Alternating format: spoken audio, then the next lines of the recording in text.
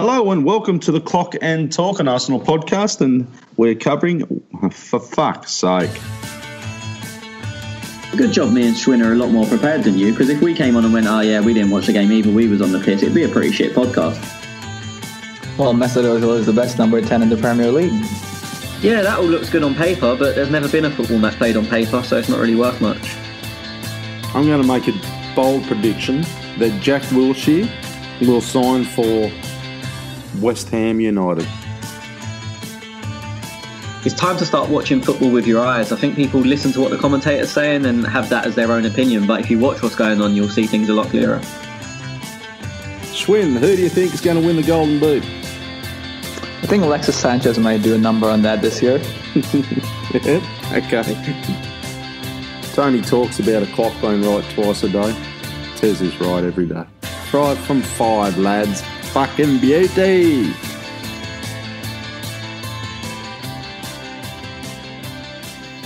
Thank you for listening, thank you for downloading, and welcome to the Clock and Talk podcast. I'm your host Tez, and each and every week Tony and Schwinn join me, and we do have both of them with me this week. Tony, how are you, buddy? Yeah, it's unusual. 2 weeks in a row. I'm not sure what's going on. Yeah. I'm good. I'm very good, especially after yesterday. Yeah, let's get on with this. Good win. Okay, and Schwinn, how are you, buddy?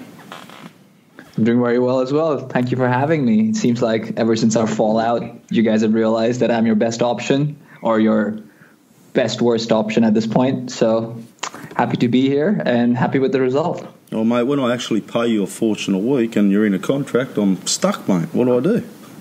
Yeah, well, if you ask our manager, then you just sit the player who earns the biggest contract on the bench and still get results. But clearly that's not been working for you, has it?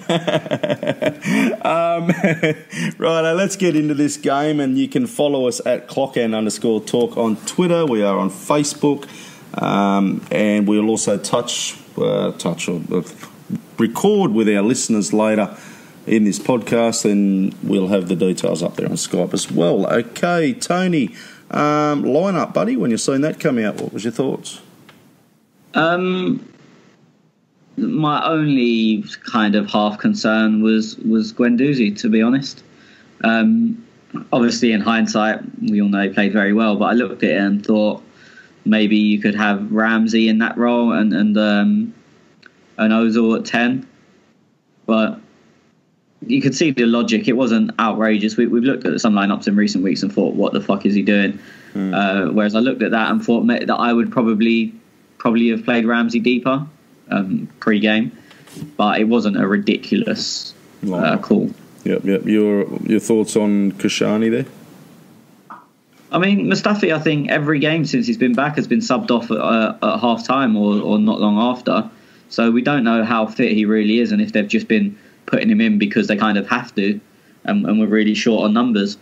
If he's coming off early every week, it seems that there is an issue, because it's not something that normally happens with centre-backs. And especially at games like West Ham, he came off ahead of Koscielny, who we know is not fit to be playing games all the time. Yep. So, I mean, that would tell me that Mustafi's clearly not got 90 minutes in his legs, and obviously that game was expected to be high intensity yesterday. So if Mustafi's not fit enough, it is probably the right decision to not start him. Yep. And Schwinn, your thoughts on the lineup, buddy? Well, firstly, I thought the structure was what we should have gone with. It's the same 4-3-1-2 that we deployed against Tottenham at home in the league, and that obviously worked very well for us. And, again, as Tony said, I also imagine Mesut Ozil would be involved in one way or the other. Obviously, that didn't happen, and maybe that was to some extent because of the injuries that happened yesterday. But, yeah, on paper, I would imagine Ramsey's more suited to that role, a bit deeper where Guendouzi was starting, and Mesut Ozil at 10.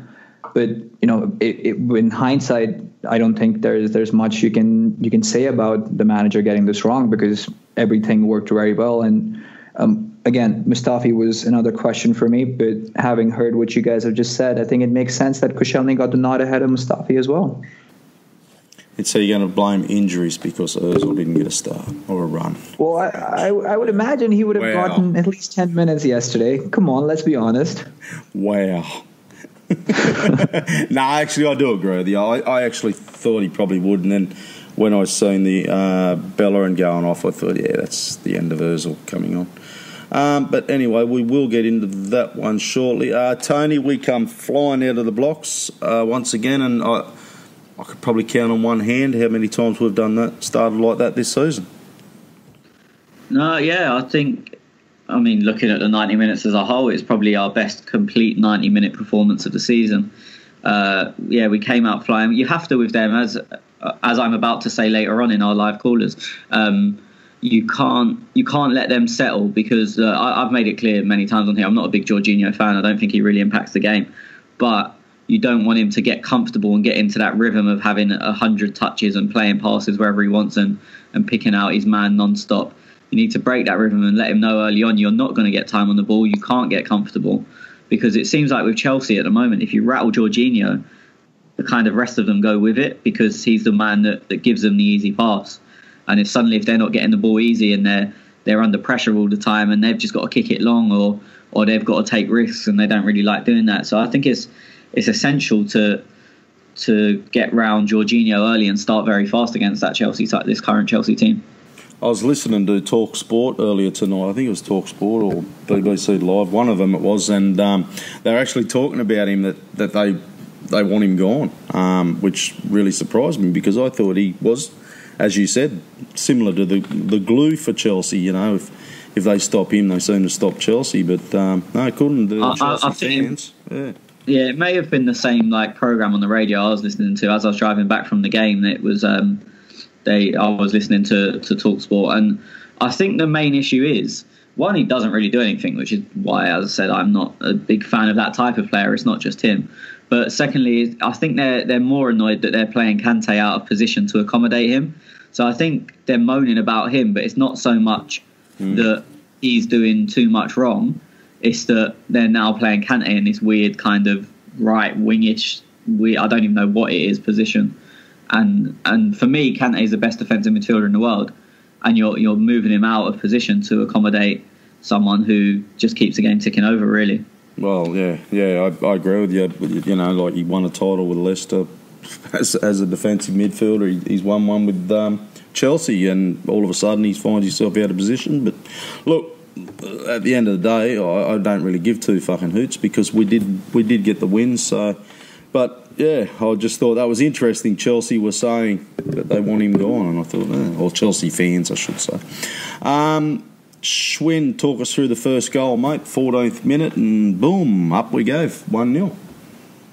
And what a goal. You know, I mean, I think Lacazette took 4 or 5 touches there in a matter of 2-3 seconds.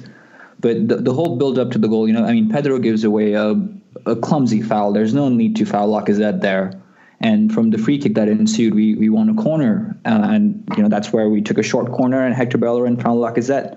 You know, the touch he takes in the box to get first to control the ball because it was zipped in, and then to get away from Pedro with his left foot was exquisite. You'd find a lot of players diving there and trying to win a penalty, but credit to Lacazette, he stays on his feet, maintains control of the ball, and is patient, because Alonso tried to close him down, but you know he got away from him just for an instant and found the roof of the net there. Fantastic finish. And I mean, just before that, I think Koscielny was denied by Kepa, and that was an incredible save. And I thought we were very unlucky there, but you know that soon faded away as soon as Lacazette found the back of the net. And to be honest, we deserved that. You know, the first 15 minutes or so, we completely dominated the game. Chelsea did not know what hit them, and our front five with Torreira moving up was stifling Chelsea very, very well. So thoroughly merited, if you ask me. Yeah, I agree, Tony. They a lot of people were saying that Chelsea were just having a bad day at the office. They were off. You know, and a lot of neutral fans I've spoken to who watched the game, you know, being a Chelsea-Arsenal game, they said that, you know, Chelsea type of they weren't in it the first half as much, and not really giving much credit to Arsenal. Where I think it was I thought, well, compared to us starting, you know, playing in that West Ham game, like, you can't take the credit away from Arsenal. Oh no, I mean compared to West Ham, we were chalk and cheese. Yeah, look, I agree. Look, Chelsea didn't really get going, but as I said, we stopped them. We played a very high energy team. We pressed really high up, but I thought we actually pressed a lot better than we were doing early in the season when it was all going wrong, because it was sort of like the front five pressed and the rest stayed. So it didn't just give them that easy long ball to get in behind, which was our problem so often earlier on in the season. But yeah, I thought all of the front five were exceptional in stopping them. Well, I say front five, to be fair, all of them really. I went to see one of my friends at half time who sits in another area of the stadium, and we was both saying that I think Aubameyang should have scored after about 2 or 3 minutes. It was not a bad miss, but something you'd probably expect him to score. But even with that, I thought him and Lacazette were exceptional in their pressing and their closing down. I mean, you saw both of them regularly sort of either make tackles on the edge of our box or like shield the ball on the edge of our box and nick in like 30 yards out, which when you say you're playing 2 up front, you kind of don't really expect that. I thought, this is going to sound stupid, I thought our strikers put in the best defensive performance I've ever seen from both of them. Yeah, I noticed that. They just seemed to be, I don't know what the word is, like fighting for each other. Like they seem to be putting that little bit extra effort into it. Like that West Ham game, it was just shit. but you know, like they just seemed to be going that one extra mile. So, which obviously turned around, got us the result. But you're always sitting there and you're watching it. And I'd imagine you were in the stand as well. Schwinn would have been like me on the TV, and we're sitting there going, okay, we're 1-0 up. It's how long are we going to hold this lead for? And mate, 39th minute, and we get another one. Talk us through that. Yeah, I mean, just before that, my worry was that we started so fast and we were pressing so hard that you knew we couldn't keep that energy up for a long time. And I think it's what we've done quite well is manage the game in bursts. So we would run our bollocks off for 20 minutes, and then when we're getting a bit tired, sit in for 10 and then go again. The worry was literally just before Lacazette's goal was that you thought we can't play that well for 20 minutes and still be 0-0 and knackered. Because when you do get that goal, it gives you that little bit of a lift. You've got something to hold on to. So that goal, Lacazette's goal, was vital. The second goal, I mean, it was weird. The free kick was not what we expected, being floated out the back. Socrates, I'm pretty sure it was a shot. And Koscielny's it's come off his shoulder. I mean, I don't care that all three of them things were weird because it went in. It was just a weird goal. I mean, how can you stoop down to head the ball one way and it come off your shoulder and go in the other top corner? It was a comical type goal, wasn't it? And you're right, Socrates. I think he was having a shot at goal as well, and it's come off the side of his boot, and it was. But as you say, hey, it's a goal, isn't it? So. Yeah, they all count for one. Yep. Schwinn, we go into the dressing room. Not much else happens in that first half that I can think of. But obviously we go into the dressing room. You know Sarri's going to be pretty pissed off. They go in at 2-0 and you're thinking to yourself, fuck, they're going to come out firing. And credit to Chelsea, I think probably the first 15, 20 minutes they did come out firing.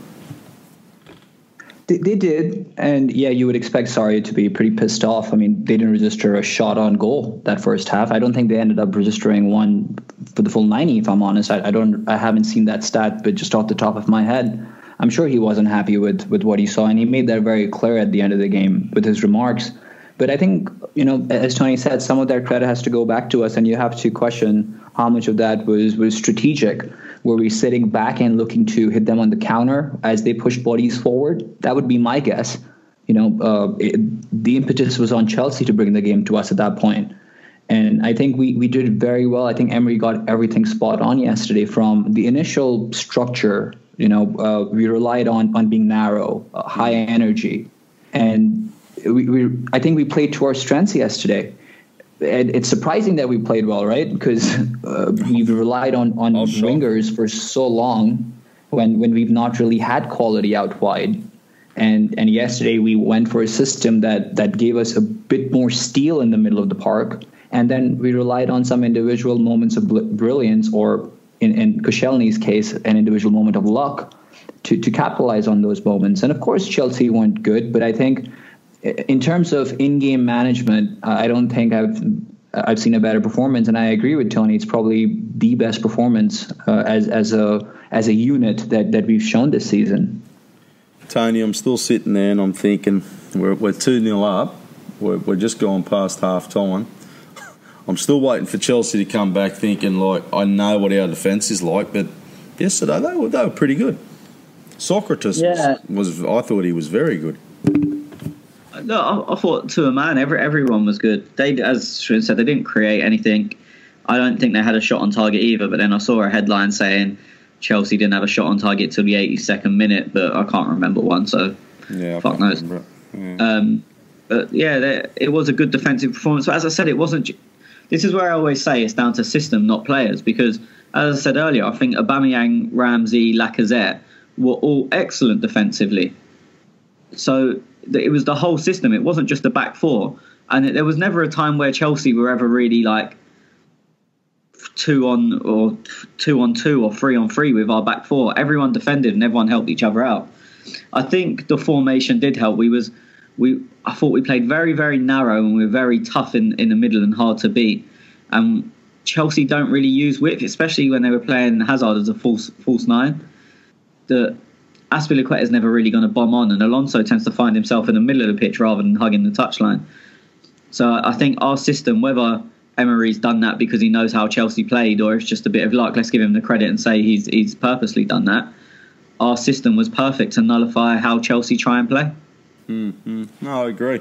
And look, for me, and I don't know if you noticed it too much in the ground on Schwinn, I'm not sure what coverage you're watching, but over here they seem to keep replaying a couple of things that Socrates did, and they're talking him up like little highlights and things that they're doing. So that's probably why it drew my eye a bit more, I suppose, because it was getting replayed. Well, I mean, he's got headlines for celebrating that slide tackle. I don't know if that's been all over Twitter. Yeah, that's the tackle. He ran around celebrating and give it a big fist. Yeah, and that's what it was. Just his little fist pumps, and he seemed to be. I don't know if he was taken. Did he seem to you like he was organising the defence more than Koscielny? To be honest, I don't know. It's difficult to tell. As I said, when everyone defends as a unit, it's hard to tell who's doing what in the back line. There was a few times where, probably my only grievance with Socrates so far is he tries to win the ball too much and he gives away stupid fouls because of it. And there's one right at the end of the first half, right on the edge of the area, but wide. I think he fouled Rudiger because he was way too tight just after Alonso hit the post. But I think he had, and I know he wasn't wearing the armband, but I think he had a captain's kind of performance. There was one time, I think it was when Barkley fouled Guendouzi, I'm not sure, but there was a break in play for some reason. Yeah. And in the last 10 minutes, we'd been playing a lot of balls long to Iwobi because obviously he's a lot bigger than Azpilicueta. And I don't think he won any of them. And Socrates ran literally 40 yards to tell Iwobi to fix up, essentially. Gave him a little slap round the head. Yeah, okay. And do you know what I mean? That's just kind of, it's a captain's performance, so to speak. Performance, yeah. Well, one that I remembered was when he was yelling at Guendouzi. Yeah. When I think it was when Barkley had a pop on goal, and I think Koscielny got winded completely. But that ball was sailing into the net if Koscielny wasn't there, and I think Guendouzi just slept on Barkley there. Yeah, that's what I was. Sorry, Tony, to cut you off. No. So it was more. I don't know if he'd done anything great in terms of defend. Do you know what I mean? I don't remember any great last-ditch defensive blocks. There was a couple of tackles, but I thought he had a real leader's performance. I don't want to say captain because he wasn't. Yeah. I know what you're saying, mate. I want to get both your opinions because I'm going to go to you as well, Schwinn, but I'll just stick with Tony for a minute. I'm going to go through these substitutions, and I won't include the Bellerin one because we'll talk about his injury in a minute. So Ramsey went off in the 67th minute. Maitland-Niles came on, and Iwobi for Lacazette. I thought Ramsey had a really good game, and I thought Lacazette had a good game. Is it possible that, obviously we've got FA Cup, Manchester United coming up. You think he's resting them there, and, we're up 2-0? I just thought it was a bit of an odd substitution. No, they were both fucking knackered. And they were both knackered, and Torreira was knackered as well. But Torreira had been playing that kind of centre mid, right mid hybrid position, and I think the idea was to bring Ainsley on and move Torreira into the middle, so it kind of secures the middle a bit, because he's obviously a lot of a safer option than Ramsey, and also means in theory he has to run less. The Lacazette one, again, he was knackered. I mean, you saw a few weeks ago, was it Fulham or Burnley, where he got taken off and he had a bit of a sulk? And yeah. I don't mean that as a negative towards him. I think he was right. Yep. But yesterday there was no reaction. You could see he had no issue with being taken off yesterday. Yeah. Okay. So I think they were both just shattered, and they were the subs. I mean, unfortunately, because of the Hector one, we'd moved Torreira into the middle to give him a little bit of a rest. But then with Hector going off, Ainsley went to right back, and Torreira had to go back where he'd been playing. Mm-hmm. Okay, you agree with that, Schwinn? Yeah. I mean, apart from the specifics, it was just to be conservative. I think, Emery obviously did the same when we played them at the beginning of the season, and obviously that didn't work out.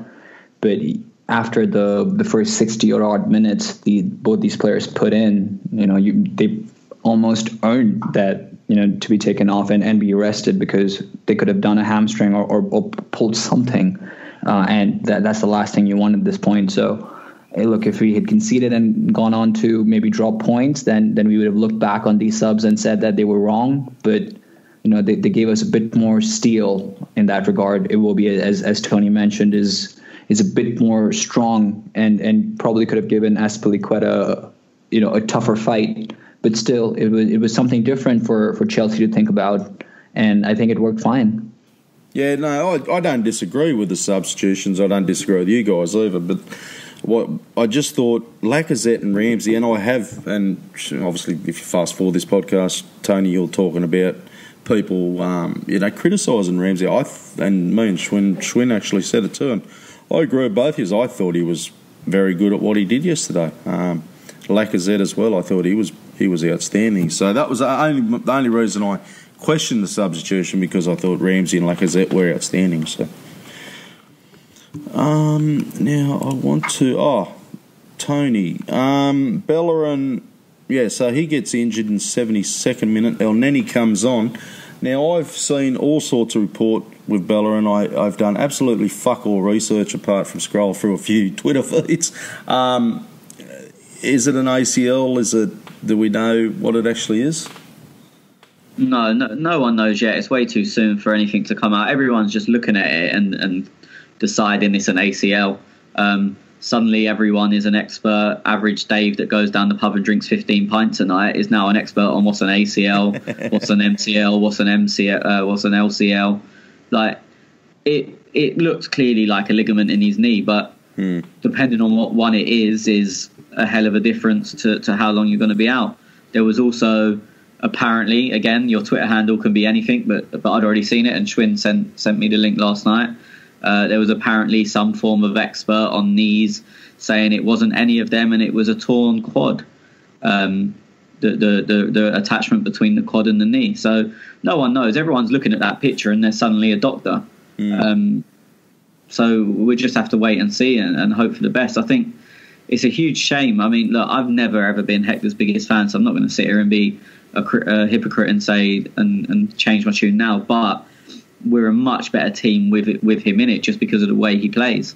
We're more on the front foot. Obviously, he's where he bombs on so well. I mean, Ainsley is probably being close to as quick as him, but Hector's better offensively. So I think it will be a huge loss for however long he's out. I think Ainsley will be the one that takes over. And in all fairness to Ainsley, I thought Freeze, however long it was at right back yesterday, 20 minutes or so, probably a bit longer with injury time, I thought he was exceptional in those 20 minutes. So hopefully he can keep that level up. And apart from the Tottenham game in the Cup, I don't think we've ever really seen him be bad at right back. He was poor against West Ham, but he was in a back five. Against Fulham and Burnley, he was very good in both them games, but obviously it comes with the caveat that it was Fulham and Burnley. So we'll see where we go with him, but Hector is obviously a big miss. So Elneny get off the bench, all grins, look at me, I'm coming on, lads. Fucking classic. He did all right for what he had to do. Fucking Elneny. He's a funny bugger, and he cracks me up. Yeah, I mean, I guess they've just sent him on and said run around, be a pest and stop them from playing, and he's very fit as it is. We all know that about him, and Chelsea were tiring, so it suited him, and he didn't do anything wrong. I mean, Elneny's very rarely going to do anything that you write home about, and we don't dedicate a whole podcast to anything Elneny ever does, because he's not that type of player. But I thought what he done yesterday, he done well, and he done everything he needed to do. Just the way he was like, oh, I'm going on. It was like, just the way. Did you see it, Schwinn? I did. He was very much happy with the fact that he was getting a chance to step on, and he even had a puppet goal. Maybe hoping that he's going to get his first Premier League goal for the Arsenal, but obviously that ended up in Rosette if it didn't end up crossing the stadium altogether. He's like the kid at school who got a sticker. Yeah, I'm on, boys. Here I come. High five and everyone down the fucking classic. Okay, man of the match, Tony. Oh, God. There's so many of them it could go to. As I said, I thought Ramsey was the best player on the pitch while he was on there, and pretty much no one's going to agree with that. And who scored gave him the worst. Who scored, I think, gave it to Koscielny, I think. And you'd be hard-pressed to argue with that. I think Socrates was, as we said, probably slightly better defensively, but Koscielny got the goal. So I'd probably go with him. Okay, Schwinn? Oh, take your pick. I really don't have one that stands out, and I think that's a testament to the performance. Aubameyang worked very hard, especially towards the last 20 minutes of the game when he was very isolated, continued running. Lacazette obviously had a very good game. Ramsey was absolutely excellent. So, and Koscielny, of course, but I think you could just draw lots and you'd be okay with whoever comes out. Okay. I'm glad you said that about Aubameyang, because I know a lot of people think I'm slightly biased towards him, and maybe I am, but I'd probably argue that was his best performance, all-round performance for us since he's been at Arsenal. Okay. Yeah, I mean, if he ends up on the score sheet yesterday, then you'd find no one arguing with you. But I think considering the couple of chances that fell to him, people might have a word or two about that. But I mean, that's why I said all round. Obviously, he's not his goal scoring wasn't as good as it clearly has been in other games. But I think his all round performance was excellent. Yeah, no, it was. He did play good. Sorry, I thought you were going to keep talking, Schwinn. I'm going to go with Lacazette. I thought Lacazette was really good, and then you could, like I say, agree with you boys. You could go with anyone. Did you see a bit of criticism talking about anyone though? There's a fair bit of criticism on Twitter about Granit Xhaka again this week. He's a bit slow. He does this, does that. I wish he'd stop doing this. Did you boys notice it? Okay. I saw some after the game, and I thought he started very, very slowly. And because everyone else was pressing so high and so fast, when you're a little bit off the pace, it makes you look even worse. I think after maybe the first 10 minutes, I thought he was very good. But a lot of people seem to be stuck on them 10 minutes. As I said, he wasn't troubling the man of the match or anything, but he was very good. Just to go through the who scored ratings, I've just got them up in front of me. Leno 6.9, Kolasinac 7.9, Koscielny 8.6, Socrates 8, Bellerin 8.2, Torreira 7.8, Xhaka 7.8, Guendouzi 7.1, Ramsey 6.8, Lacazette 8.6, and Aubameyang 7. I mean, as an average, that's a ridiculously high score for who scored. I don't think I've ever seen anything quite that high all round. And they had Xhaka streets ahead of Guendouzi and Ramsey, and Aubameyang, to be fair. So yeah, from his stats, I think if you have a look at his stats, Jules won, Jules lost, and things. So I think it works something along them lines, like key passes. Well, I mean, this is what makes it for me interesting. Is, as I said, I think Aubameyang had his best complete performance. And he always scores well on this. We mention this pretty much every week, that whatever it is he does, Who Scored likes it. And for me, in his best performance, it's probably the worst rating I've seen him have in probably all season. Mm-hmm. Yeah, probably. Yeah. What did you say it was? 6 or 7? 7. Just 7.0. It was but then again, Ramsey 6.8, which for me is criminal. Yeah. But Chelsea's highest player was Willian and Jorginho joint on 6.7 were their highest players. And I thought Jorginho was awful and Willian didn't really do anything. No, I didn't think he did much either. But apparently they were both only just off Ramsey based on this statistical model. What did Alonso get? 6.6. Okay. Interesting. Okay.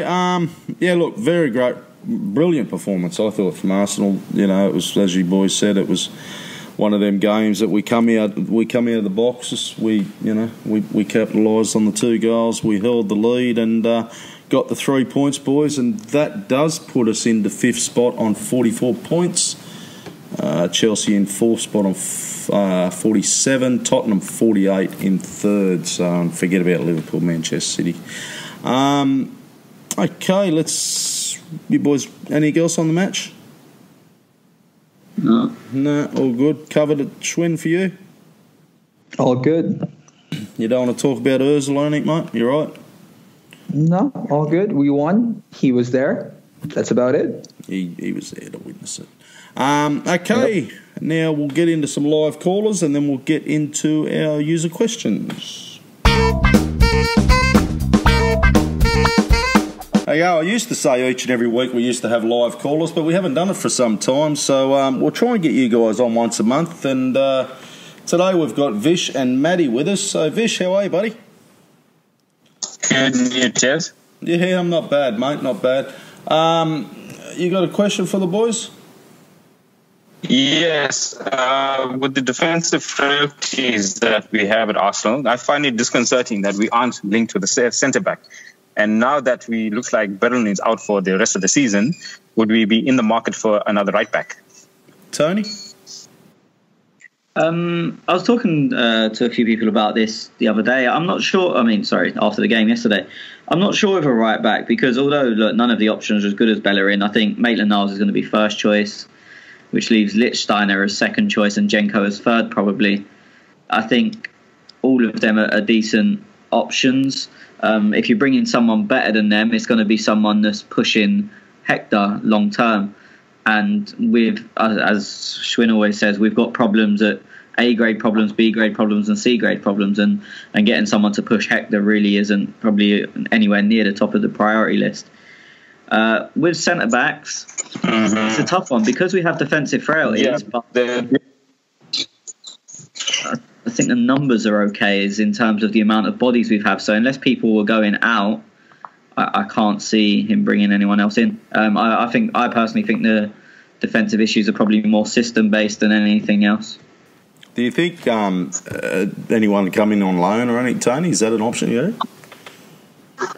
Potentially, but I don't know how hard they've been looking, and it's probably going to be very difficult to get a deal over the line, especially a loan deal, because you first have to find a player of the right quality and then that's available for loan.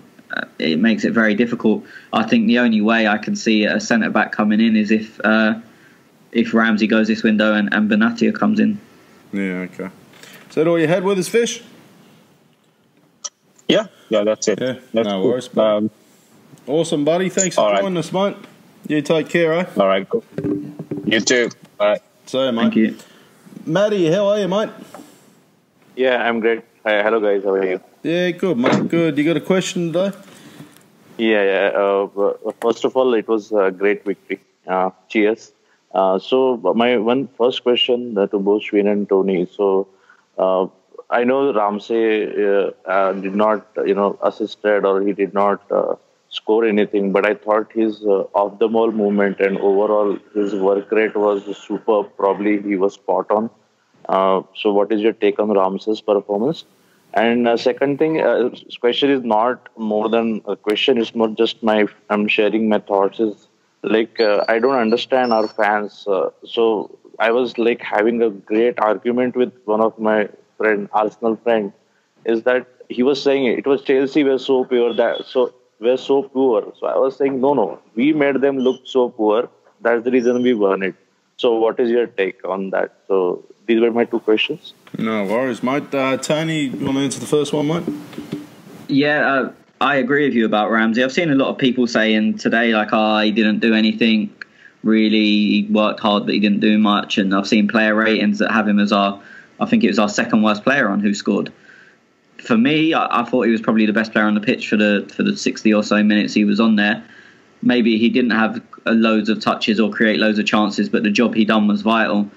He stretched them all over the place. He completely stopped Jorginho playing. His energy was unbelievable. And look, I'm not one of these. You see a load of people on Twitter saying, Ramsey's our best player. It's a disgrace to let him go, blah, blah, blah. I'm not I rate Aaron Ramsey, but I'm not a huge fan. So this isn't coming from a biased standpoint. I do think it is crazy to be letting him go. But yeah, just on yesterday's performance, I thought he was exceptional for maybe 60, 65. And the last 5 or 10 minutes before he subbed off, you could see he was very, very tired. And he's very fit. He's probably our fittest player. So it shows how hard he worked if he came off the pitch absolutely knackered after only 60, 65 minutes. But I thought it was a top display from Ramsey. Mm-hmm. And Schwinn, your thoughts on Ramsey? Very, very similar. I thought he was almost crucial to the way we played. And with the energy we played, I think he was the initial trigger in a lot of circumstances. The first 10 minutes, he was all over Jorginho and the back line. He, in very vital moments, he was all over David Luiz and made him dispossess the ball a couple of times. He got a decent shot off once, which was in the end comfortable for Kepa, but it showed that he had some desire and he was trying to do different things. I thought he was one of our best players as well, as Tony said. And it's maddening to see he's going to be going on a free, and of course we've spoken about that. But there's room for him in the team, and yesterday was a clear illustration of that. Mate, while you keep going, Schwinn, you might as well. While I got you, you might as well keep going with the second question, mate. I think that one's, as Maddie said, that's more about opinion. I feel it's a bit of both, to be honest. I think it was more to do with how good we were, but there was obviously elements of how bad Chelsea were yesterday, particularly in the second half. You could see that they were struggling because they didn't have anyone to finish off chances. There were, I think there were vivid moments that come to mind right now where Marcus Alonso was the one trying to get off at the end of crosses because there was no one else offering height. And, I think Olivier Giroud was a very late substitution in that regard. I think he could have come on earlier and maybe, helped players like Hazard who were completely anonymous yesterday. So I want to give us a lot of credit, and I am, but at the same time, you can never clap with one hand. And I think we exploited Chelsea very well. We took care of business very well, but at the same time, this was not the Chelsea that we know are capable of, in terms of a performance. So I do agree with Maddie's friend to an extent as well. Tony, your thoughts on the match, mate? Well, just initially, Schwinn, you absolutely can clap with one hand. Just very quietly. But fucking hell.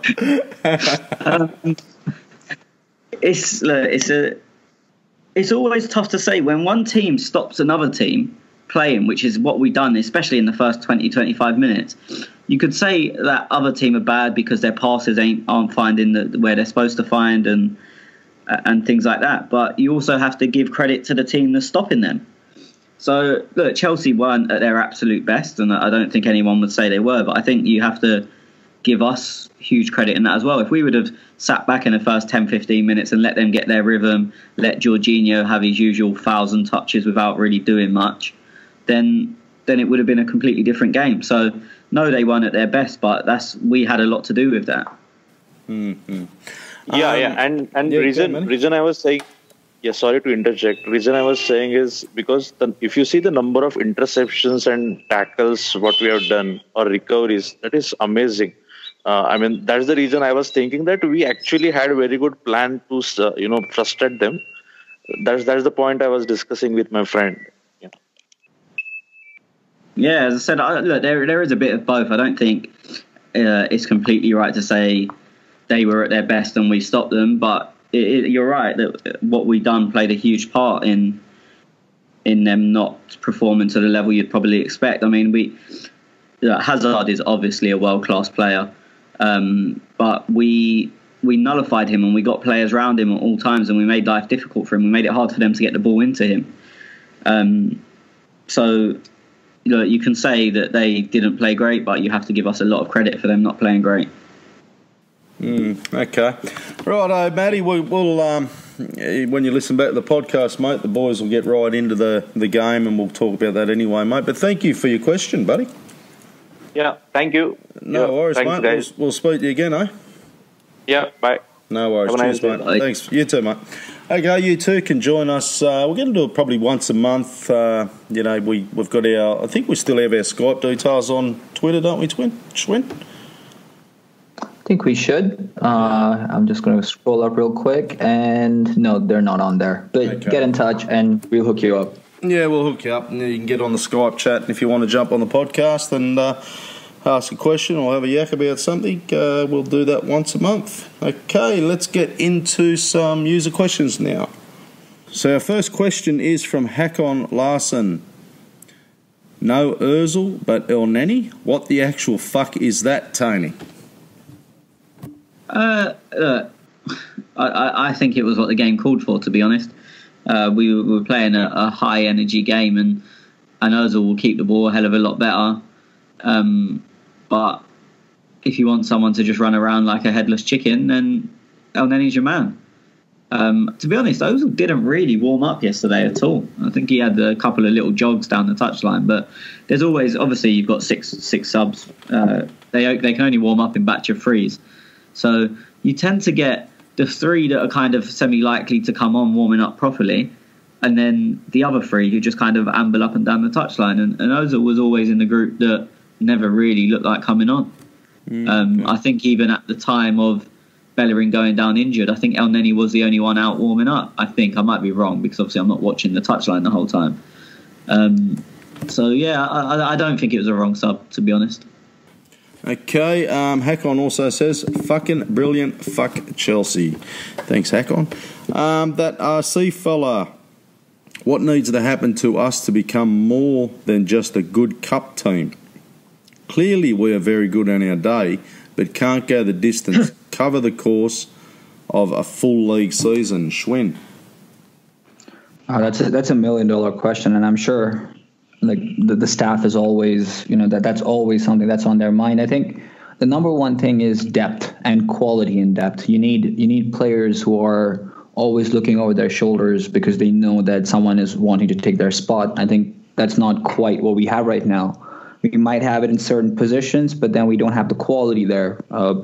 See our center backs, for example. So I think that's the number one step, and obviously that comes with time. The second is something that we've questioned on this podcast before, which is how willing are these players to get out of bed for not the big games, not the derbies, but a game against, let's say, I don't know, Wolves, which obviously are who are doing very well, but it's not your quintessential big game. That's where we've struggled recently. We've dropped points against some of the lower level opposition, if you will. So that only comes when you have this desire to solidify a position in the team, and I think some players right now have a lot of comfort in that. So maybe that's something that Emery can instill, given the funds and the time. I just wonder though, I notice, we drew against Brighton, obviously got smashed against Liverpool. And then we strung a couple of wins. Fulham game I didn't see. West Ham we lost. When did Torreira start? We noticed him starting to go downhill in fitness, and we all said it. He needs a rest. This is just my opinion. Did you start seeing that? That West Ham game, obviously, we should have won that. But is that when you talk about depth, Schwinn, that's when, we should have won these games, and Torreira, he's the key. He is. He's more than just your defensive midfielder. You know, he sets the tempo a lot, especially out of possession. You know, as important as Granit is for us in terms of, you know, building that first phase of play, Torreira is when it comes to that defensive shape, that defensive tempo. And of course, if Aaron Ramsey's on the pitch, then he's the one who instigates. But Torreira is very, very important in that regard. I think with him, it's more to do with, and correct me if I'm wrong, because I don't remember him having any injuries. I think it's just the fact that it's his first season in England, and he's not used to playing so many games during the festive period. We saw this with Lacazette last season when Arsene benched him a few times during this time, and we've seen it before with different managers and different teams. It's very normal to give players a rest during this time in their first season. But we do miss him when he's not on there, because he's more than the average defensive midfielder who's just putting challenges in. Did he play against Liverpool? I'm just trying. Yes, terribly. He did, didn't he? And that's when we noticed that because Schwinn wasn't. That's right, Schwinn wasn't there, was he? Because you were talking about his fitness, Tony, weren't we? Yeah, look, I don't think Emery managed him particularly well. I remember saying on that Liverpool podcast that we had Fulham at home, and you would assume you could do with him without him there, and then Blackpool away in the cup, and I said I didn't think he should travel to that, and that would have been 2 weeks off, or at least 2 weeks off matches. But he started against Fulham, and then he travelled to Blackpool. He didn't come on, but you still got to travel there, and it's not a day off. Yeah. And then obviously he didn't start against West Ham, and you can only assume because of tiredness. But then for me, that's terrible man management if he's too tired to start a game that's more important than the previous two. Obviously, since West Ham, we had basically a week off. We did have a week off. And in that time, it looks like Torreira has regained some fitness, having only played sort of half hour against West Ham. And as I said yesterday, he was knackered, but he'd done two jobs. He played centre right mid, but he's got that in him, but not when he's been overplayed, which I think probably was the case over Christmas, and we didn't rest him at the right times. Well, I don't think overplaying him was the issue. I think resting him at the right time was the issue. Yeah, well, that's what I was getting at, and back to the RC fellas' question. What needs for us to become more than just a good cup team? Okay, we can all sit here and say, well, we need $100 million players, and we're not a cup team no more. But at the end of the day, I look at Emery's man management, and Torreira was one who, comes fresh to mind. I just noticed our form dropped when we all said his fitness levels were down. So that's probably one little piece to the puzzle, I suppose, if you agree with that. It's difficult. As Schwinn, the first thing Schwinn said when you asked him this question is it's the $1 million or $1 billion question. Consistency. How do you get consistent? That's what everyone's trying to do. But how many teams really do it? City and Liverpool, you could argue, are consistent, and United are consistent at the moment. But to be consistent over a long time is very difficult. And if that was mastered, then everyone would be brilliant. Mm-hmm. Yeah. I think as I said, it's near on impossible to answer, because if you could answer it, everyone would do it. Yeah. Well, thank you for your question, RC fella. Sultan, if Bellerin is out for a long time and we don't sign a replacement, who would you play at right back? Jenkinson or Janko, Maitland-Niles or Lichtsteiner, Tony? I think Emery's pretty much confirmed he's going to play Ainsley there. It'll be interesting because, as I said earlier, Ainsley's not been brilliant in a back five in the last few times he's played there, but he's been good in a back four. So do we stick with a back four, which doesn't really suit Kolasinac usually? So he was very good yesterday, but in general doesn't suit Kolasinac, but will suit Maitland-Niles, or do we go to a back five, which obviously does the opposite? That will remain to be seen. But I think when they asked Emery what will happen basically now Hector's out, and he said, we're okay in that position. We have Ainsley, Lichtsteiner and Jenko. And I think just by saying Ainsley's name first, it probably indicates that he's first in mind for that position. Yeah, fair enough. Okay, do you play Schwinn? Just out of interest? The same for me. Okay. Interesting. How much is Lichtsteiner getting paid? No idea. I know. I mean, that list. Everyone could get up and Google or search on Twitter for that list that came out. But there's so much nonsense on that list that came out that it's not even worth looking at. Yeah. Okay. Yeah, there was some that were wrong, and the list came out, and then loads of people pointed out stuff that was wrong, and then a new one came out the next day from the same people. And it's like, well, if you weren't trusted yesterday, you've just changed it. Like one of them had Iwobi as out of contract. Yeah. Okay. He signed a new one in the summer. So it's just, them lists. I think them lists have Lichtsteiner on not too much, but I wouldn't believe anything. I mean, I've seen a few Dortmund fans commenting on it because it said Socrates was on 92 and apparently he was on 40 at Dortmund. So they were saying they doubt he's on 92 because that's obviously over 100% increase for someone who's, 29, 30? So it's... I don't really know what Lichtsteiner's on. I don't think it's a huge amount. I'd be surprised if it's over 65. More than Janko and Maitland-Niles, really? Definitely more than Maitland-Niles. I'm not sure with Janko because he obviously was signed when he signed his most recent contract. It was kind of in a regime where everyone sort of earned around the same amount. So, I mean, the rumours that Janko are on between 60 and 65. Yep. And I'm not sure if Lichtsteiner will be on that much. I think that would be the absolute top end of what Lichtsteiner's on. But that's speculating from me. I don't know. What a job that bloke has. He hasn't started a game. Who, Janko? The Premier League game. When was the last time he started? Yeah, Janko. He scored a penalty at half time yesterday. Huh?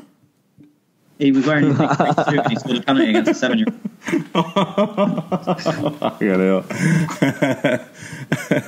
What a gig. What a gig. He's in a dream. Sandeep, we have 3 games in 8 days. Shit, do we? Okay.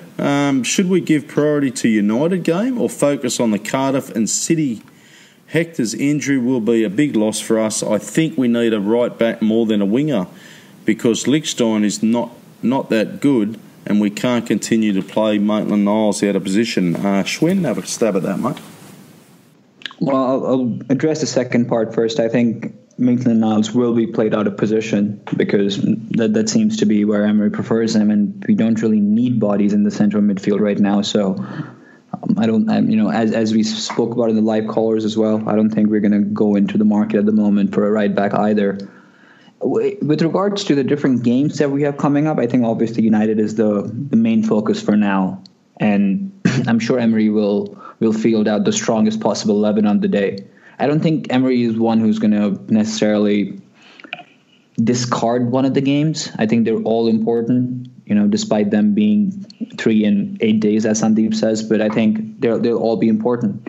Even City, for that matter. I think Emery would want to try and get the players ready for that, because even if you're able to rescue a point from City, who we know are going to give us a tough fight, it's going to instill a lot of confidence. And yesterday's result means we're still in the hunt for the top 4. So I don't think it's going to be, us shifting focus at all. I think it's going to be one game at a time, and they're all going to be equally important in my book.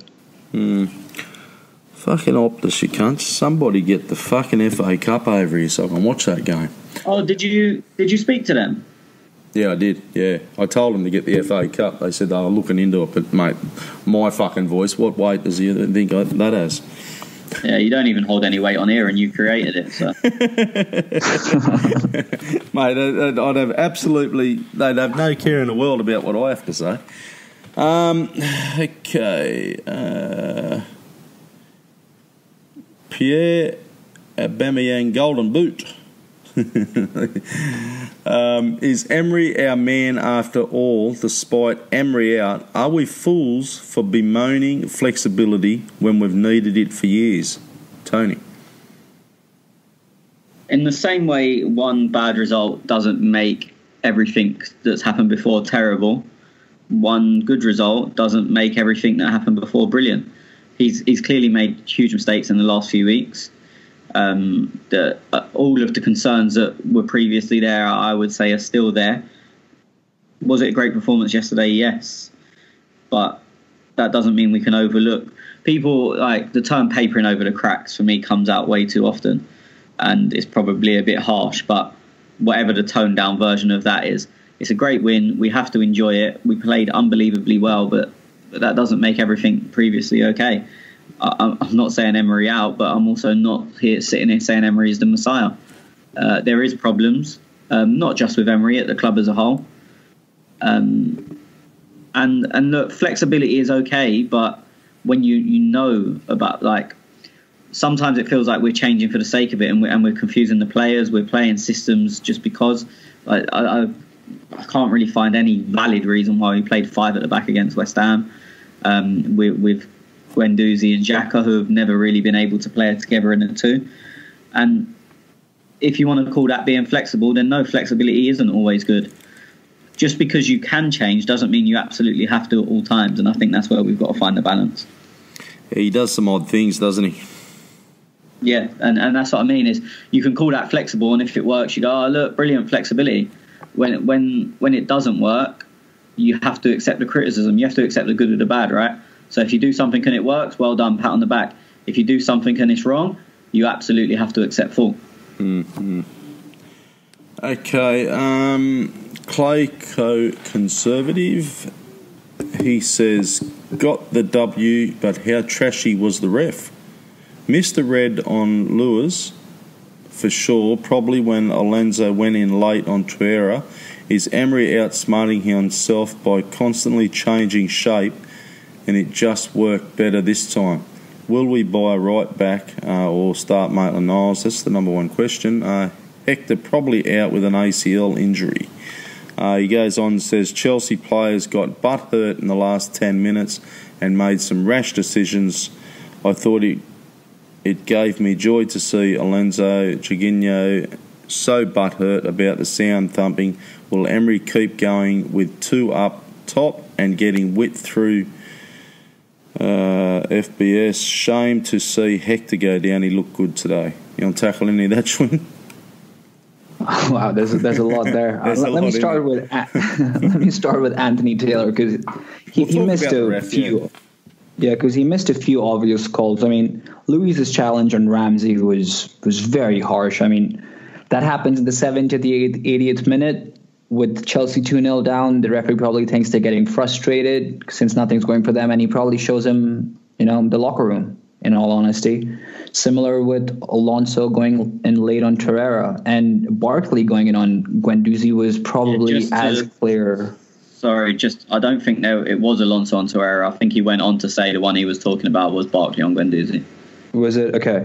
Yeah, so, I mean, that makes sense, because that's as clear as it gets. Late in the game, nothing going for them, and Barkley had no chance of getting the ball there. So that for me is a straight red any day of the week. So Anthony Taylor did miss a lot on the day.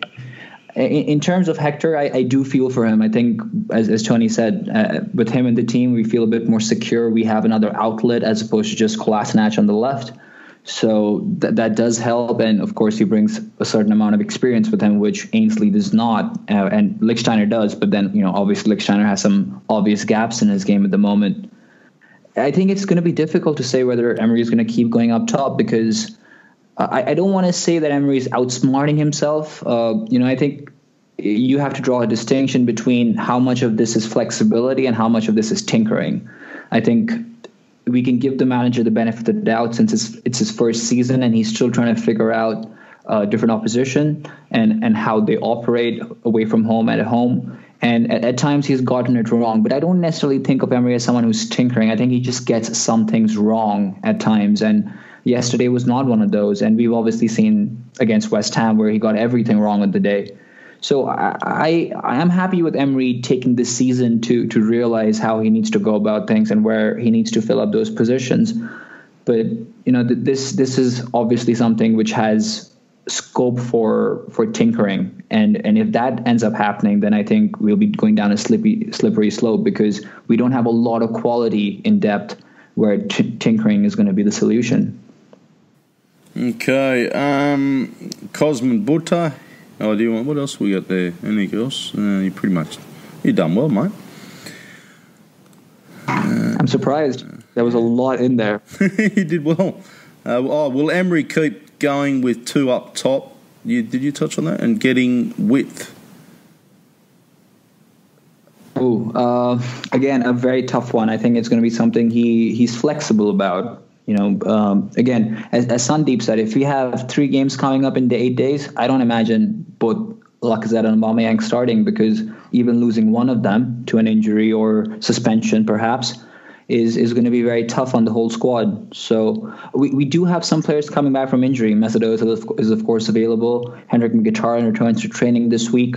So we have some players coming back, but I'm sure Emery would want to have all of them fit and ready, especially with the Europa League returning as well. Okay. Cosman Butter says, is there any way Suarez could replace Granit? Tony? I see him playing slightly higher up. In that 3 yesterday, if that's how we were to go, I was thinking it would be Guendouzi who would replace, or even Ramsey, to be honest. Not in terms of position, I don't think he could do the job that Ramsey done yesterday, but I think he'd be higher up. I think Granit's probably the last of them, because even yesterday, I know you can see it as a flat 3 in the midfield, but I think they kind of played more like a diamond, with Torreira right and Guendouzi left, but still right central and left central. With, as I said, they kind of played hybrid positions, and Granit as the deepest one. And I think the last place Suarez would play, if he does indeed sign, which it looks like happening, I think the last place would be the base of the diamond. Okay. Vish says, coincidence that we play better with calmer heads at the back. Mustafi rash decisions and pension for sliding on his ass, especially against tricky players like Hazard, could have cost us had he played. MAA Gunner, what happened to the Moles Twitter? We think it got hacked, mate, to be honest. I don't know. You boys see it? I saw it. Yeah, I saw it just before the game yesterday as I was in the stands flicking through Twitter on the feed, and I saw a picture of the roadkill, but no idea. I was saying to Schwinn, I was having a bit of a laugh, actually. Fucking roadkill. MAA Gunner, did the commentator just say Emery is the first manager not named Wenger to beat Chelsea at the Emirates? These stats from BT are crazy. This is why Champions League should be on ITV. I got no idea what he's talking about. I mean, obviously, anyway. I don't know if the commentator said that. No, I was going to say, I don't know if the commentator said that, but if they did, it's the most ridiculous thing I've ever heard. Yeah, I didn't hear it. You hear it, Schwinn? Yeah.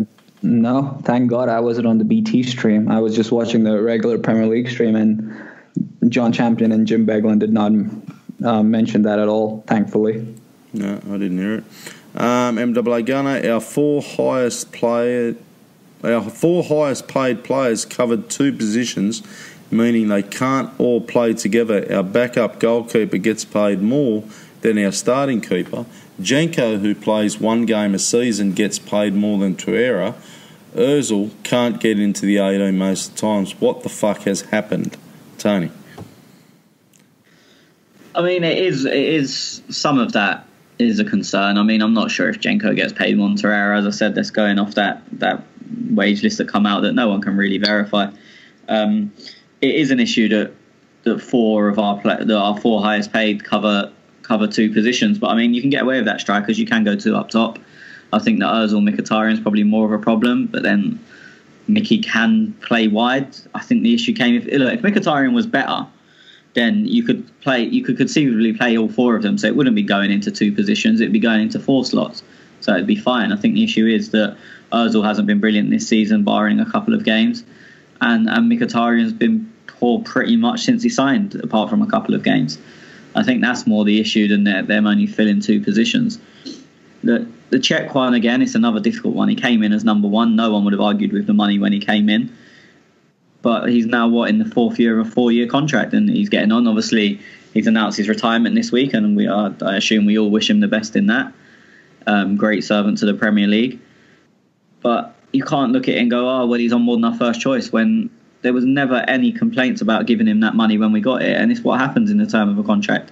A player is going to deteriorate, and 4 years into a 4-year contract, that someone of that age, it just is what it is. Look, there is a lot of a mess at the club, but I don't think anything that's just been highlighted is much to do with it. I think the biggest issue is, like Jenko being on the contract the year, is the same with probably El Neni. But you can't even blame the old regime for El Neni, because he signed a new one within the last 12 months. I think the old sort of communist model was not great for the club, and I think we're now seeing the back end of that, in terms of a lot of those contracts are expiring either this year or next. And I think that's much more of an issue than anything highlighted.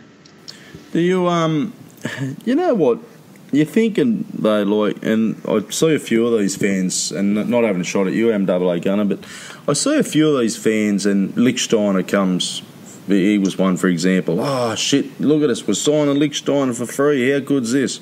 And I think I said to you, Tony, at the time, I said, I don't get it. Like, I'm not jumping up and down. Like, he was fucking he was shit at Juventus. I don't get it.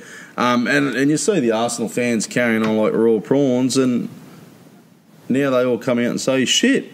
But they were quite happy for him to come and sign big, whatever he's on. I don't know what he's on.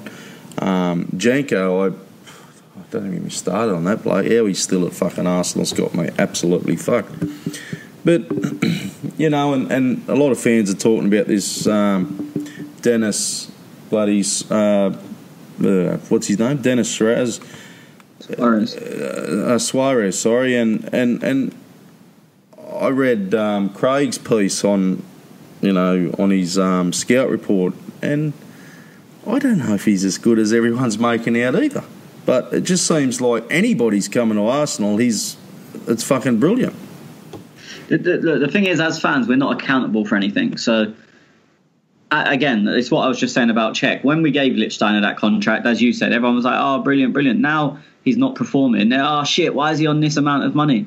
But this is why I always try and I say what my thoughts of things are when they happen, because then I can't be a hypocrite. And even if I didn't have the audience of this podcast or the Clock End Talk Twitter, I still do that to myself anyway. So if I've said something, and I've said, oh yeah, it's absolutely the right decision to give Lichtsteiner, say, 60 grand a week or whatever he's on, I then can't go back in 6 months' time and blame the club for doing it, because I completely agreed with it. It's not that I have any power over what happens, obviously, but I just don't want to be... Yeah, you don't want to be hypocritical. You're straight up, and you want to say it as it is and how you feel it at the time.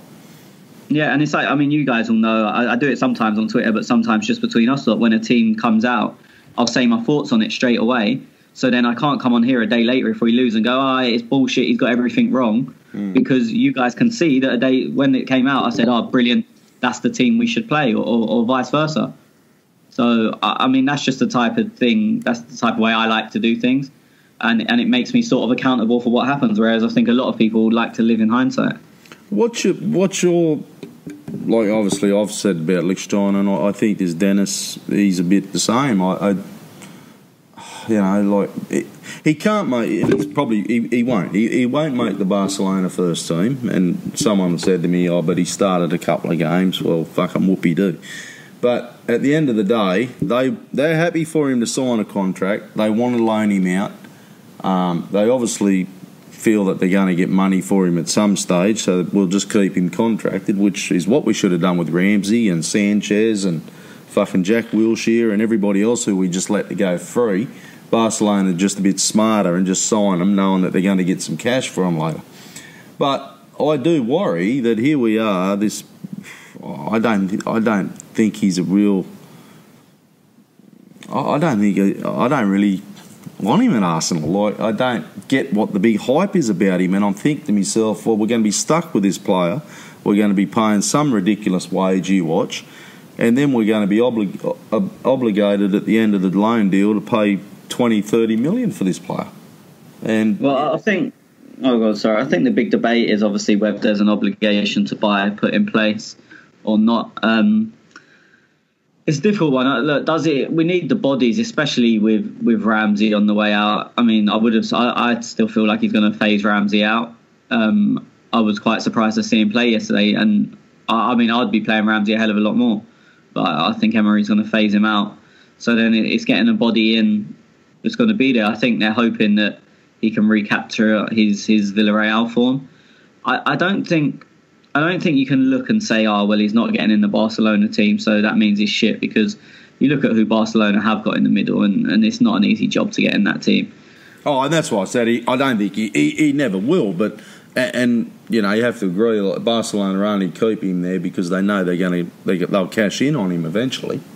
Well, I mean, I think as well he's versatile, which is probably one of the main reasons we're looking at him. You can cover 2 or 3 positions with one wage. And if the wage bill is as tight as we're led to believe, and financially we're as broke as we're told, covering one position with 2 or 3 players is always a nice thing. And I think that's purely the reason he's at Barcelona.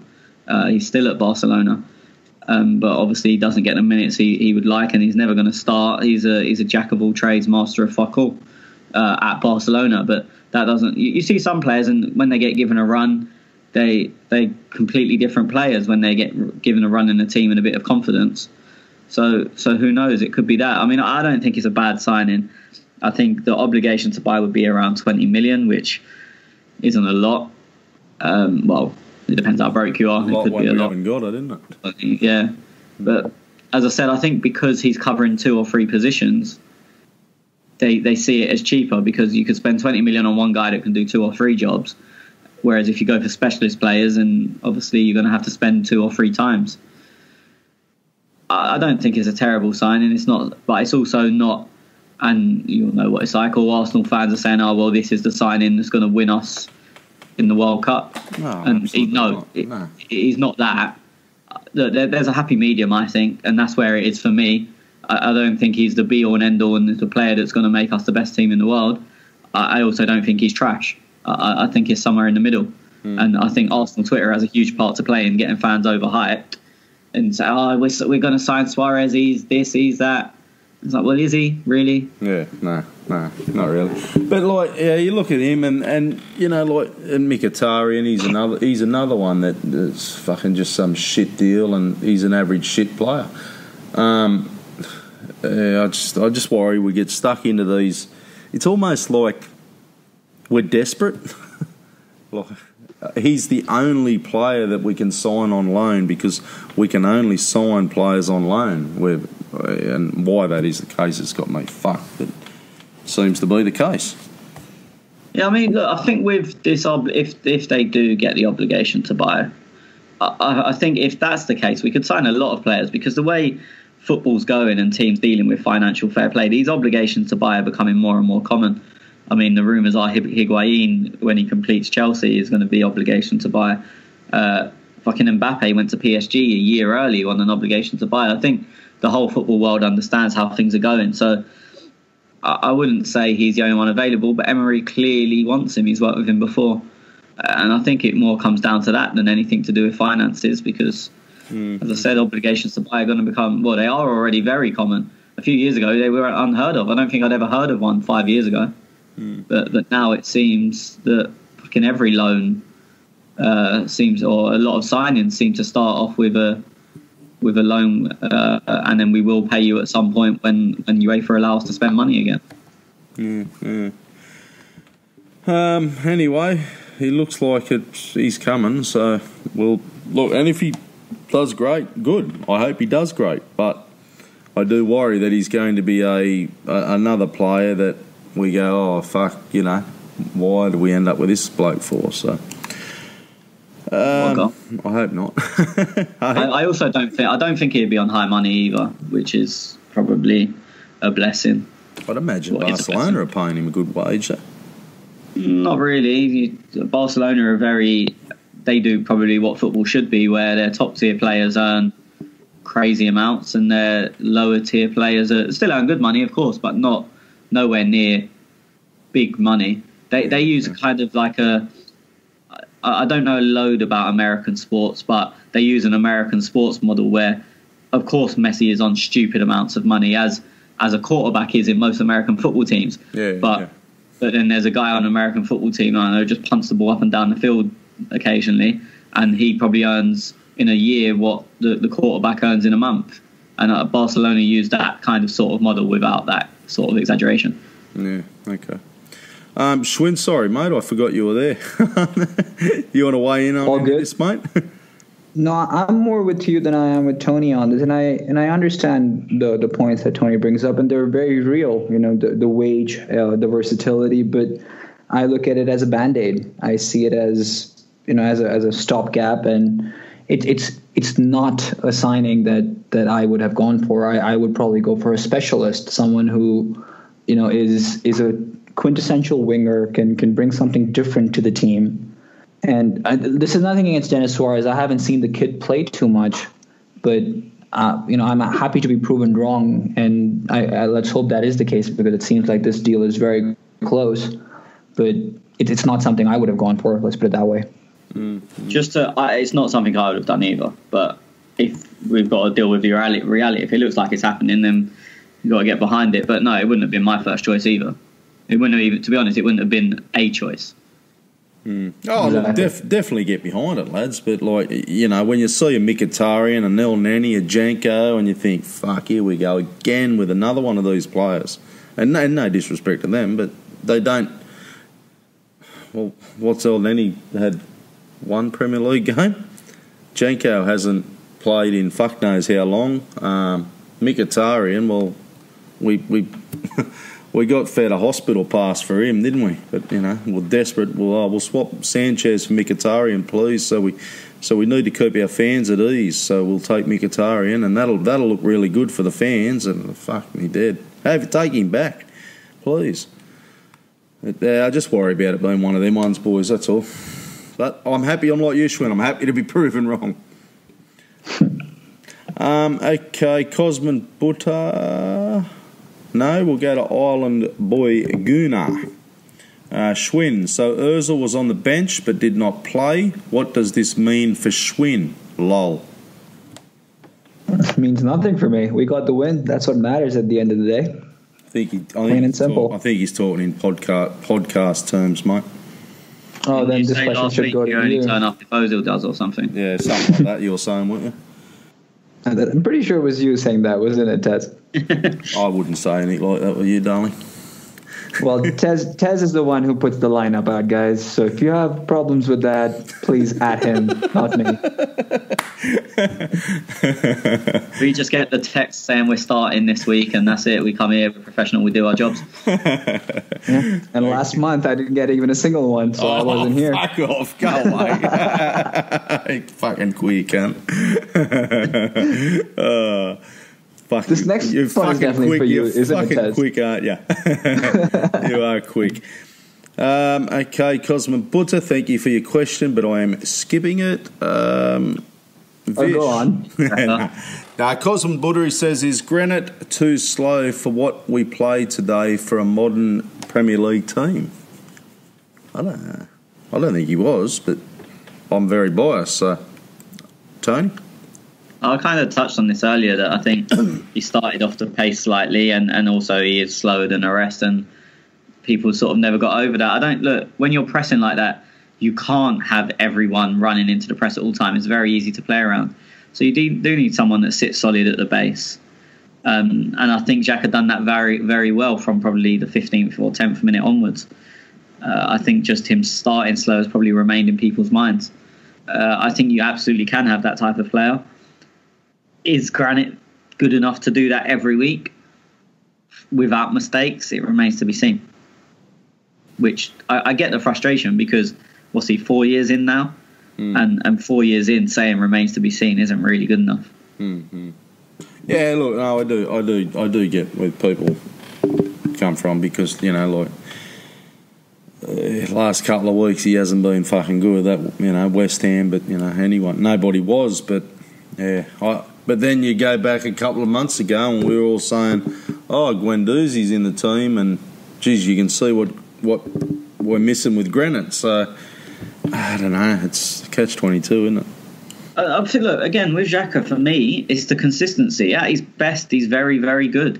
but he has too many lapses of concentration, shall we call it, and makes costly mistakes. Yeah, I do agree. And that's the issue. I mean, you will get some people, but I don't think anyone really thinks he's a bad footballer. When was that goal? Was that last week? He was the blame of West Ham, wasn't it? West Ham, yeah. Yeah, fuck, that was terrible. Okay, Vish, with the injury of Bellerin, which seems quite serious, do you think we could go into the market to bring a backup right back? Gutted that Bellerin is injured. He definitely showed us what a different best Arsenal are with him on the pitch. Thank you for your question, Vish, but I just realised we answered it in the live callers.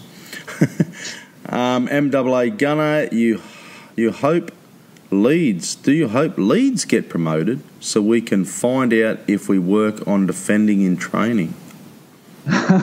He's lost me on that. Go on, I think he's talking about Bielsa there and everything that's been revealed about him recently. It's pretty funny. Actually, I don't make too much of that. I think it's pretty common, I would imagine, for teams to partake in, such activities where they're able to get something. That's the best word for it.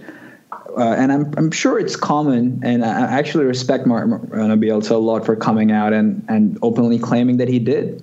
I'm not sure how the FA are going to react and how it's going to be taken in the football sphere, but I don't mind it one bit if I'm honest. Okay. Go Tony. Yeah. I was going to say it's there's nothing against it in the rules, but he's taking it probably further than anyone else in England does, so it isn't common here, especially like the spying on training and stuff. But I don't see any problem with it. And let's be honest, he just does his research on his opponents. Guardiola said when he played against him, he was Barcelona manager, but Guardiola's Barcelona manager, I can't remember who Bielsa was managing at the time. He said after the game, Bielsa gave him a dossier on Barcelona, and Bielsa knew more about Barcelona than Guardiola did. And he played there his whole life and was a manager. It's amazing research. And I mean, the question's coming from, if he starts spying on our training, then maybe he might reduce the research and give it to Emery, saying you need to fucking do some defending. But, that would be fun. Yeah, it would be. Fish, incredible display from the entire team today. Granite, as usual, gave me a heart attack every time he received the ball. Fuck off, Fish, you cunt. This is the formation. Is this the formation for 4 at the back, our best formation to maximise our players' potential? We seem to invite much pressure with 5 at the back to our detriment. I do like that, but it depends who you play, isn't it? Go you, Tony. I don't think we can play that formation every week. I mean, as I said, Torreira and Guendouzi were both playing 2 positions essentially, and they're both fit, but there's a certain amount of miles you can have on the clock until fitness kind of don't matter anymore, and you're just going to be fucked. I think that probably works best in big games, how we played yesterday. And with United coming up, we might see it again, but I don't think it's something we're going to see all the time. And also, we don't have any, at the moment, we don't have any other players. So if Guendouzi and Torreira do get tired, we don't have any suitable. I mean, you could put El Neni there, but it's nowhere near the same. And also, we don't have anyone else that can do the job at 10 that Ramsey does. Because if you are all about high pressing and charging around and sticking to someone to stop in them play, Ozil or Mkhitaryan or Iwobi aren't going to do the job that Ramsey does. So I think the problem with that is we haven't got the players to be able to rotate and stay with the same system. So I think that might be what we use in big games, but I'd be surprised if we see it week in, week out. And also, as I've said here a million times, if teams start playing long, that pressing's pointless anyway. So you're playing a whole team to press, and then you get, like we've got Huddersfield away in a few weeks, and they go long to Mounier from a goal kick. You've just bypassed the reason that 6 players are playing. Correct me if I'm wrong. When we played Tottenham, we beat them 4-2. Aubameyang played up front. We played a 3-4-2-1. Yes, but we changed at half time to essentially what we saw in the second half yesterday. Okay, because we did come. That was the only reason I bring that game up, because we did come out that game swinging too, didn't we? Yeah, but then we were 2-1 down, and then we changed at half-time. We rang Lacazette and Ramsey on, and pretty much it was a carbon copy in a sense of what we saw yesterday. Yeah, I think Vish might be on. Well, you might be on to something in the big games, but then it won't be long until we be found out. Joe says, did you notice the footage from Arsenal's Twitter page before kickoff? I think he's talking about Bellerin. I think Bellerin already carrying that injury because above Bellerin's left knee looks all taped up. I'll go to you, Schwinn, because you might have seen it on the Twitter page. I didn't see it before kickoff, but there was so many clips on Twitter that were making the rounds of Bellerin's injury that I noticed there was a lot of heavy taping on his left knee area. So, I mean, to be honest, he didn't look as if he was carrying something with the way he was sprinting up and down the line. But when a non-contact injury happens, then there was something that's been wrong. And with him, it's a case of some minor tears over his career that have led up to this. So someone put a tweet out yesterday. I forget who it was, so I apologize for not accrediting them, but they basically laid out all the different injuries he suffered. And, I think it's been very often that he suffered something in his left leg. So it could just be a culmination of all that. But I did notice the tape. I'm not sure how much of that really affected this tear, to be honest, though. I'm not an expert in the field, so my opinion doesn't matter in this case. Okay. Joe also says, we know Emery and Ozil have fell out, and it is probably why he is on the bench, plus Emery needed to cover himself from the fans. I honestly didn't think there was any bad intentions in not playing Ozil today. I think the situation in the game never called for it. What did you think? Just before I go to you, Tony, I just wanted to add, because, there's lots of talk on these high wages, and look, for me, they're just the rumours going around. There's talk about, we haven't got no money in the transfer window. We've basically got to loan players, and that come from Emery himself in his press conference. Now, I look at that team, and I think, and we've all said that Ozil probably makes the team better today, but then on yesterday's performance, it's hard to say that. But 90% of the time, you got to agree, Ozil makes the team better today. But what I'm getting at is, okay, Ozil makes the team better today, but when you look at our team, who else is going to get you 20, 30 million in the transfer market today as well? But I mean, look, first of all, I completely agree with the question that there was no malice or bad intentions in not playing him yesterday. The game didn't call for him, and I agree with what you just said. Yesterday was probably one of the games that doesn't call for Ozil, but 90% of the games he does improve us. So playing him in the games where he makes us better, and don't play him in the games like yesterday where you feel he doesn't really fit into what the team wants to do. I don't think anyone has problems with that. I think the issues are coming where there's games where it's clear to absolutely everyone that we would be better with Ozil in the team, and he's just not being played. And Emery must know that, because he's not an idiot.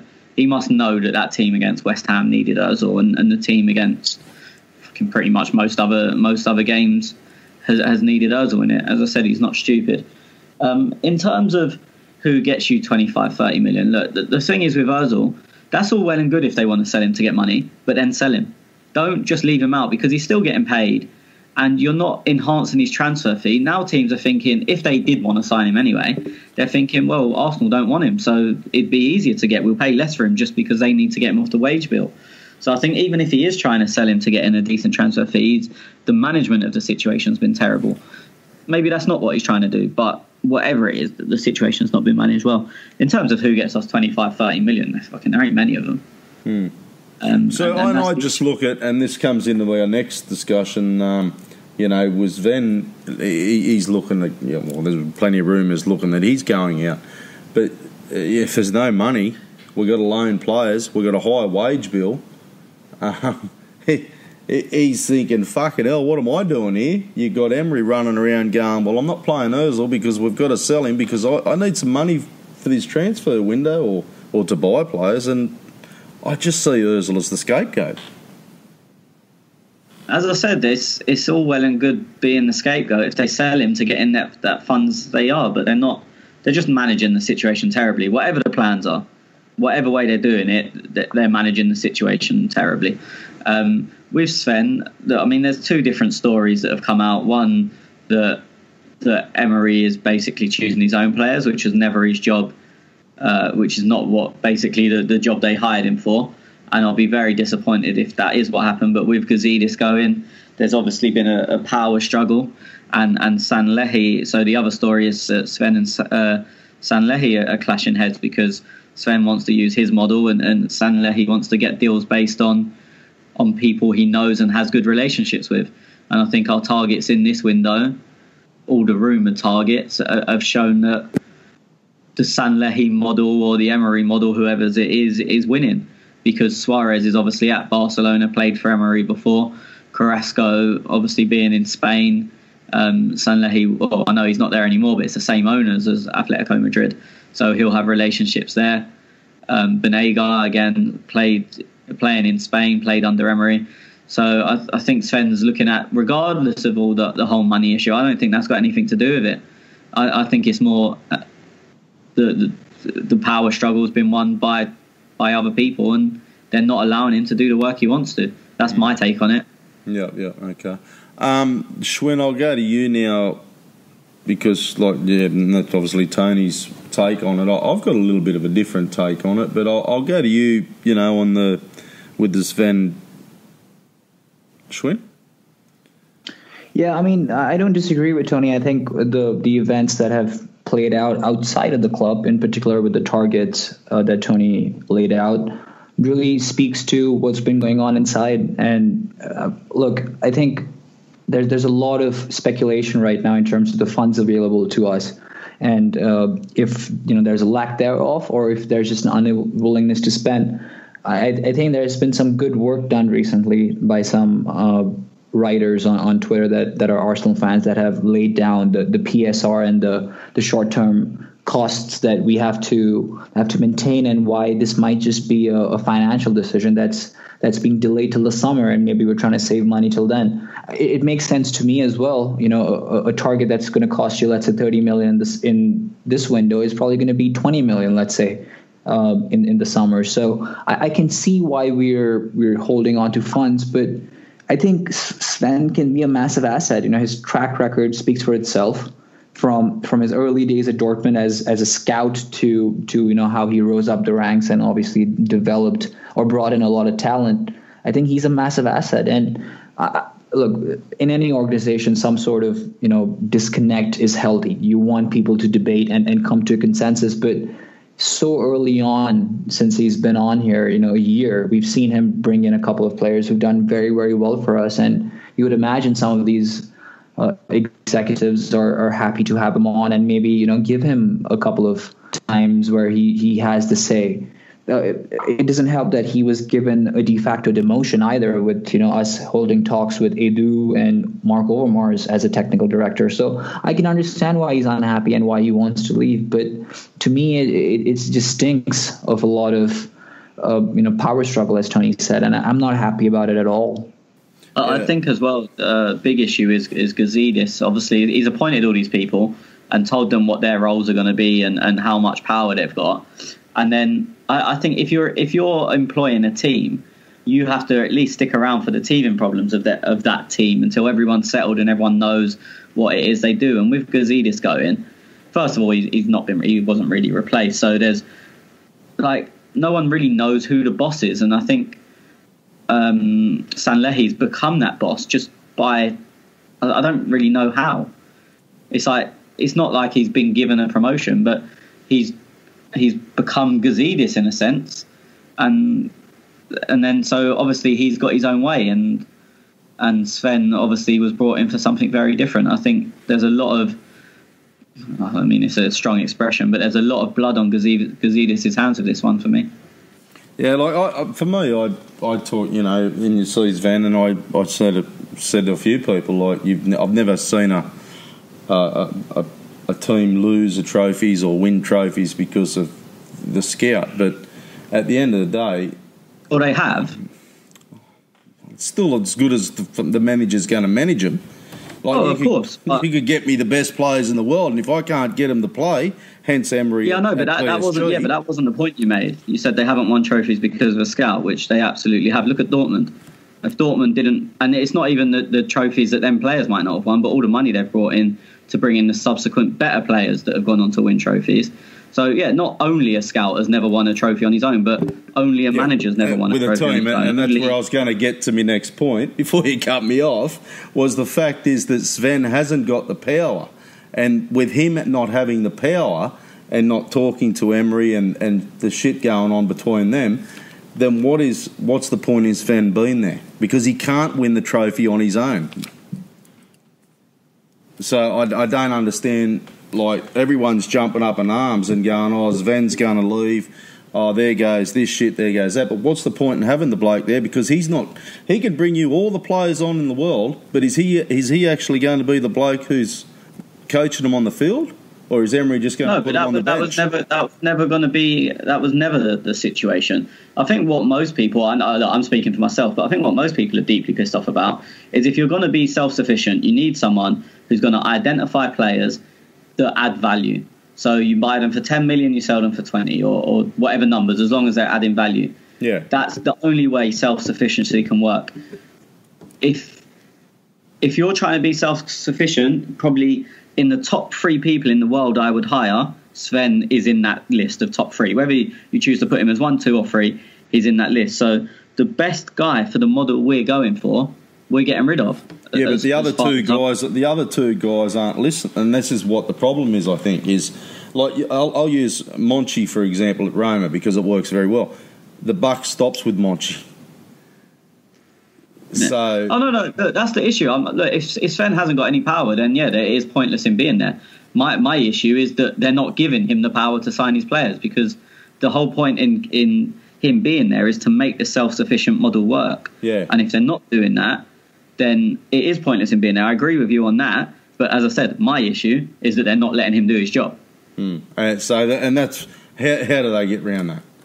You know, let him do his job. Let him do his job, but then doesn't sound like they're going to. So no, they're not. No, that's what I'm saying. In the my issue is the situation they're in, not that they're letting him go, because they've. As I said, if you're going to go self-sustaining, you have to have someone who's going to bring value. Oh, I agree with that, and I agree he does bring good players in, and he did at Dortmund, and he did at other places.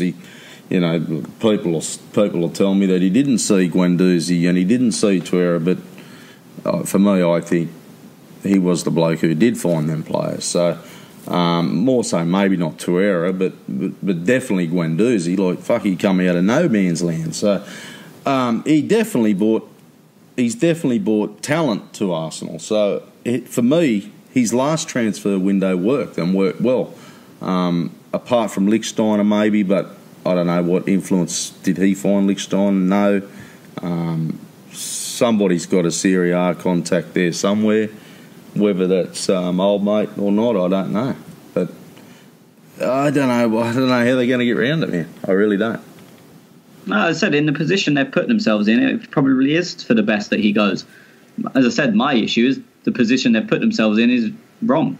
And I don't know what Schwinn, sorry, just called him Sven, thinks on this, but I'd imagine his view is quite similar to mine. Schwinn?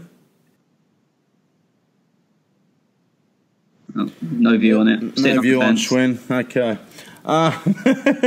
Typical fucking Schwinn.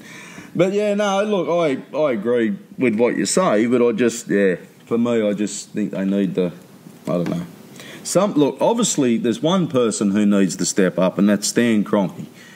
He's the man who's in charge of the club. He owns the club. It's his business. It's his asset, investment. Call it what you want. At the end of the day, he's there entitled to make the money off the club or whatever he does. I don't really care.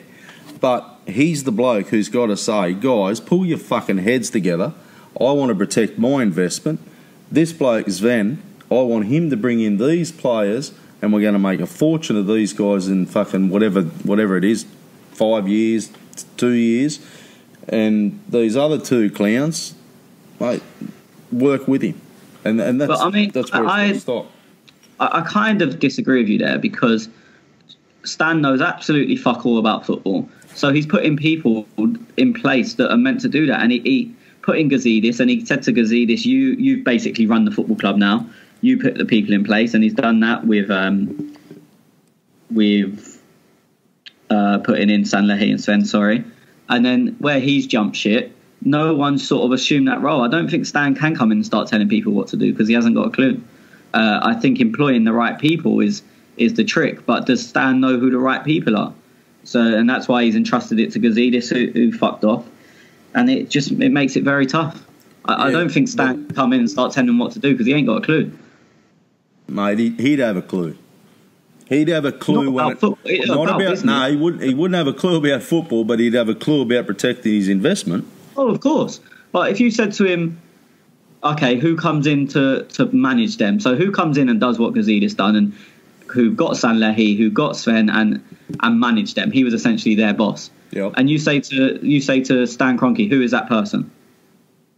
He could tell you can manage Walmart, but he can't tell you can manage a football team or a football club, not a team. Yeah, but I think that's the issue. He done what I think is the best thing. He put the best people in place. Yeah, he put them in place, but now he's got to find a replacement for Gazidis.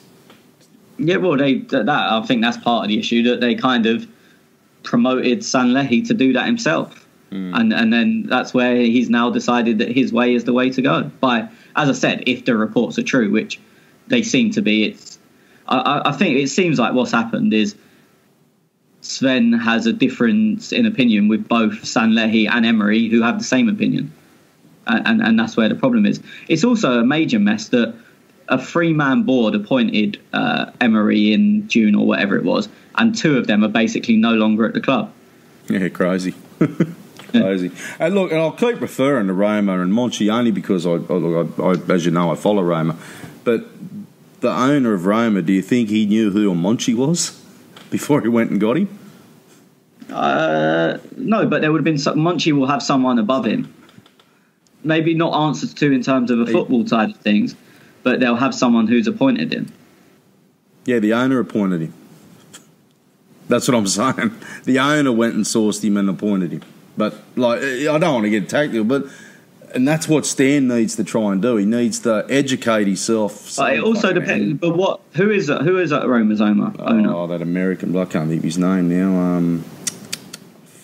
Yeah. Anyway, he's an American bloke. It all depends on what interest they have in football, what investments they have elsewhere, and what their interest is. And as well, I mean, Monchi was. I mean, I'm sure there's someone above Monchi anyway. I doubt it. James Pallotta. Yeah. I don't know. I'd be surprised. He's the director of football, Monchi. So. Yeah, so there would have been there'll be a chairman above him who would have appointed him, not the owner. And that's what I'm saying. Gazidis, I'm not sure what his actual title was. I think it was CEO, but he was essentially a chairman in old way of speaking about football.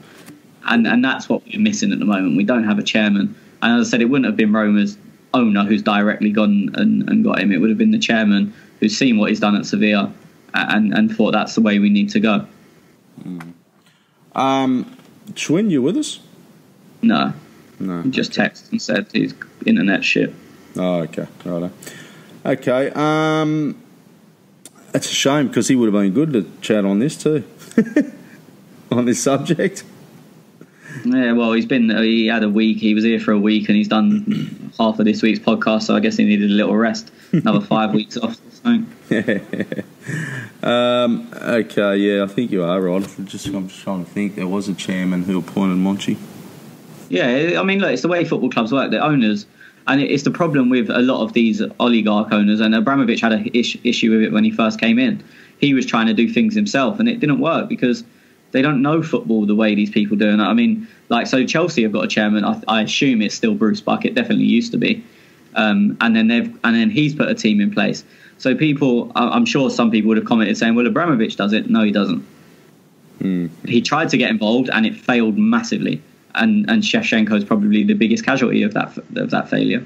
Well, somebody's got to step up, though. Like, fuck, somebody. If it's not Stan, well, somebody's got to step up. Otherwise, we're just going to Yeah, I think they've put themselves in a horrible position now, because if they try and demote Sanlehi from this role that he was never really made for, then he probably walks out the door. Yeah. Very, very, very bad position, I should say. Yeah. Okay, look, everybody, thank you for your questions, and each and every week you can get them in at @clockend_talk on Twitter. Do you want to do your quick thoughts on the FA Cup before we go? It's a tough game. It'll be interesting to see if both teams go full strength. It's always hard to call these cup competitions because you never know what's going to happen. I mean, look at the Tottenham game that we lost in the League Cup. We spent probably an hour debating lineups, and then they were nowhere. Neither team were anywhere near what we expected. So it's impossible to tell. Basically, I would imagine both teams will go full strength, maybe with a change of keeper for both teams, just because that's sort of seen as a cup tradition. But apart from that, I'd imagine full strength, and then who knows, with the United team playing the way they're playing, it will be a very tough game. It'll be interesting. Mm-hmm. Yeah, I can't watch it, so I'm fucking pissed off. But I'll go. I don't know. How's Man United been going? They've won 6 in a row now, haven't they? 7 in a row. Yeah, but I think I caught the highlights of them. I didn't think they were that good yesterday, so I'll go on Arsenal 1-0. 1-0, depending on what squad we roll out too. That's what I'm saying, is these games you can spend ages talking about them and then see an under-18s lineup or something, and it's just... Yeah, shit, yeah. No, okay, right, that'll do us, mate. We've got a couple of games coming up, so we'll definitely be back. We might pop back in after the FA Cup. You boys can tell me how that goes, because I can't fucking watch it. And then we've got a couple other games coming up, so yeah, we'll sort something out. Schwinn's gone, fucked off, so Schwinn, you cunt. And that's it. Thanks, mate. Alright, I'll speak to you soon. No worries, and thank you for listening, thank you for downloading, and thank you for following us at @clockend_talk. And good night and goodbye.